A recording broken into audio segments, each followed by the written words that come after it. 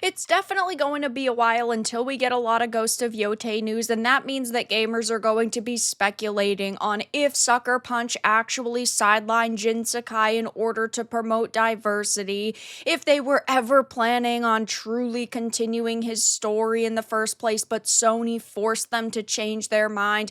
There are a plethora of rumors surrounding this game right now, and there also is another because the word on the street is that Sucker Punch actually did gut and repurpose Ghost of Tsushima's sequel for Ghosts of Yotei. I have a few different things to show off, but before I get into the topic, if you enjoy the content I create, check out the links in the description, join the community in my live streams, and consider supporting through Patreon or YouTube memberships. Now, Ghost of Tsushima is one of my favorite games of all time. I absolutely loved it. I thought everything about it was basically perfect. It was just spectacular all around, from the character development to the storytelling to the visuals, the environments, the aesthetics, just how the experience felt from start to finish is a definitely hard to come across thing these days. I mean, we get a lot of bad quality games now, and this really just stood out.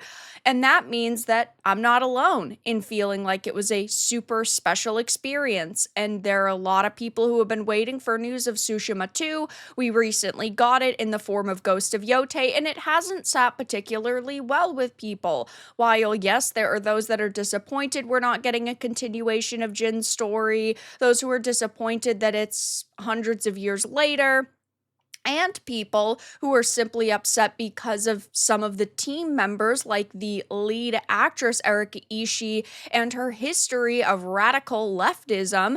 None of these things have painted a particularly positive picture, but now a new rumor is alleging that Sucker Punch, the developers of Tsushima and Yotei, gutted and repurposed a planned Tsushima sequel and created Ghost of Yotei out of its bones. Now, of course, when Ghost of Tsushima was originally greenlit and it was being created, times were very different. It was at the beginning of Gamergate 1, and then the game fully launched in 2020. So that is quite a long development period, but the industry in totality had changed quite a bit. And now we're, of course, in the middle of Gamergate 2. We're seeing a push for diversity, equity, and inclusion initiatives, whether it is, on screen with the characters we're playing as, or behind it, as in the people who are developing these games. And while I personally do not see a female character and instantly raise my red flags when I see the types of people they're hiring for this project, on top of hearing about how apparently they scrapped the game that everybody actually wanted in order to create something a little new and unique, I'm definitely worried. It says the latest rumor comes from YouTuber Endymion, who first shared that a source informed him that Sony Japan is pissed off about being kept in the dark over the sudden changes of the game's narrative. Now, of course, this is a rumor. Take it with a grain of salt. I personally like to talk about rumors and keep you guys kind of in the loop, but even I am always skeptical to a certain extent until I actually see some sort of proof. It's best to stay that way, just because there are a lot of rumors that circulate in the gaming sphere these days. He added, it does seem that there is a huge disconnect between what Sucker Punch knew about the Ghost sequel versus what Sony's PR teams knew. Now, the only hesitation I truly have here is that we know Sony watches over their projects like hawks because they want projects to push certain narratives. They want certain types of people to be hired, because Sony has definitely focused over the past few years on making their products appeal to modern audiences and trying to avoid PR nightmares. They do not hire certain types of people with certain political leanings anymore. They definitely will lean towards a fully leftist team if it means they think it will either sell copies because of what they're creating or will keep them out of controversy. We know Sony over the years has forced a lot of censorship upon developers, so I find this hard to believe to a certain extent simply because Sony does definitely keep a very close eye on projects, but maybe they said Sucker Punch did such an amazing job with Tsushima, we're going to just let them have full creative reign because they did, bring in a lot of money and just generally helped Sony's reputation. I mean, these devs did such an amazing job with the first game that they became ambassadors of the island. They raised millions and millions of dollars for restoration efforts, and generally, they were viewed as a very positive entity at that point in time. Now, the Sucker Punch that exists today is quite different from the one that made Tsushima. Same with like Rocksteady, right? The Rocksteady that made the amazing Arkhamverse games versus Suicide Squad Kill the Justice League are two very different teams. So I don't want to put a lot of faith into this current Sucker Punch, but maybe Sony was like, you know what, they did a good job, let's just let them do their thing, and maybe they'll make us another $1 billion.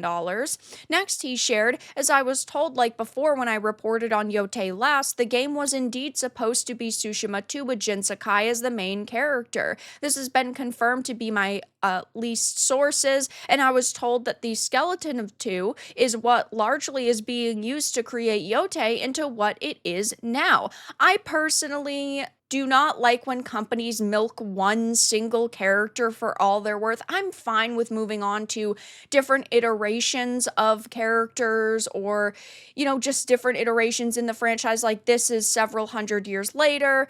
They're saying Jin's story's over. I would have loved to get another Jin game. I would have loved to have had at least one more title with him to get a conclusive ending and then move on to a new Ghost. At the same time, maybe this will still turn out to be great. It's still years away, right? We haven't actually seen that much. We only saw a very short teaser. I'm not going to sit here and say that all hope is lost until we've gotten a lot of details about the story, about how this character's going to act. But it's definitely good to stay cautiously optimistic, right? I want to be excited, but stay cautious. Do not instantly, say this is going to be the best game to ever release. It also continues on with saying, I was told that, it's the skeleton of 2.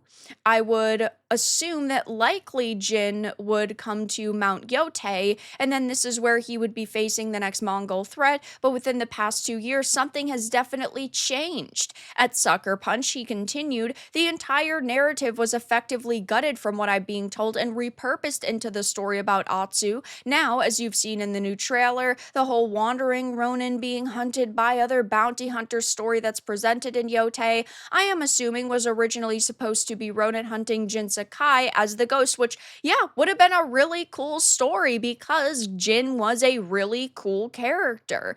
And when it comes to Yotei, we are also apparently hearing that Sony execs are not happy in totality surrounding the backlash with this game. Sony execs are not happy with the response, and the developers were reportedly blindsided with new female characters, and other people within Sony thought that they were continuing Jin's story, and that all of a sudden they're seeing this new trailer, which is facing a lot of backlash, and they're taking flack for it. So there are a lot of rumors surrounding Yotei right now, and it's going to be years before we actually see this game launch and before we see new teasers and trailers. So I will, of course, continue to keep my eye on this situation. If we get any other information, if any developers come forward and make any statements, and most likely eventually attack gamers for being ists and phobes simply for criticizing this game. But for now, that's all that I really had to discuss in this video. Let everyone know your thoughts in the comments below. If you enjoyed this, give it a like, and if you didn't, give it a dislike.